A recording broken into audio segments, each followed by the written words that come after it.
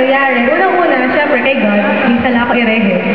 Tapos, syempre, sa parents ko, tsaka sa family ko, lalo yung dalawang kapatid, kasi sobrang halos silang lahat yung gumawa. Parang nag-reserve ng venue, nag-kumausap sa caterer, gano'n. Parang ako mupula ako sa bahay, tapos may debo na ako. Hindi naman. Pero yun, sobrang sila talaga yung masikaso. Mas na-stress pa sila kaysa sa akin.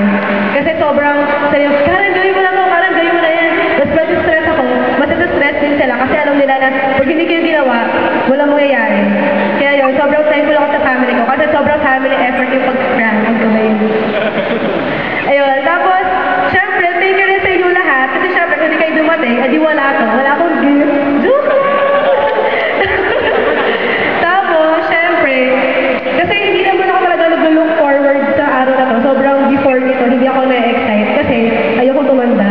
Ayoko mag-18 kasi sobrang daming parang baggage na word na, di mo word, number na 18. Parang pag 18 ka na, people expect too much from you. Na feeling ko, baka hindi ako makapag-deliver kasi na-expect ko sa akin. Na kapag 18 ka na, Dalaga ka na. hindi, ano, pag 18